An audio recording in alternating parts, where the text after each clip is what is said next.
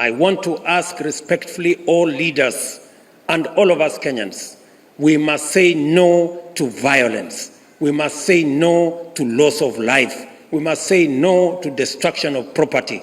We can prosecute our politics without engaging citizens in violence. Tukiongea leo, Wakenya wamepoteza maisha yao. Kuna huzuni mkubwa, familia wanalia watoto wao. Wakenya wamepoteza wapenzi wao kwa mambo ya maandamano iliyopangwa na viongozi. Wakatoa pesa mamilioni kupanga ile maandamano. Wakapanga fujo. Wananchi wamepigana na polisi. Mali imeharibika. Biashara imeharibika. Na wewe ni kiongozi katika taifa letu la Kenya, unatoa pesa ya kupanga fujo katika taifa letu la Kenya.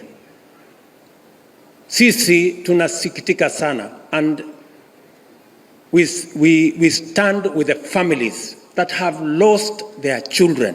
They have lost their loved ones unnecessarily because of the scheme of a few leaders who are pursuing selfish interest, using innocent, jobless young people in Kenya to drive anarchy, to create chaos, to engage in violence, to fight the police, to fight citizens, to fight businesses, to destroy property. Mimi nawauliza hawa viongozi, jameni, si muwe na utu. Watoto ya watu maskini munawapatia pesa wafanye fujo. Watoto wenu hawako, watoto wenu wako nyumbani, watoto wenu wako holiday. What kind of people are you? Good people. Sijui kama tunaelewana.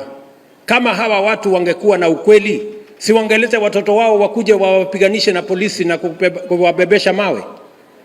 Ama namna gani? So we want to ask leaders, please, let us stop the deceit. Let us stop this unnecessary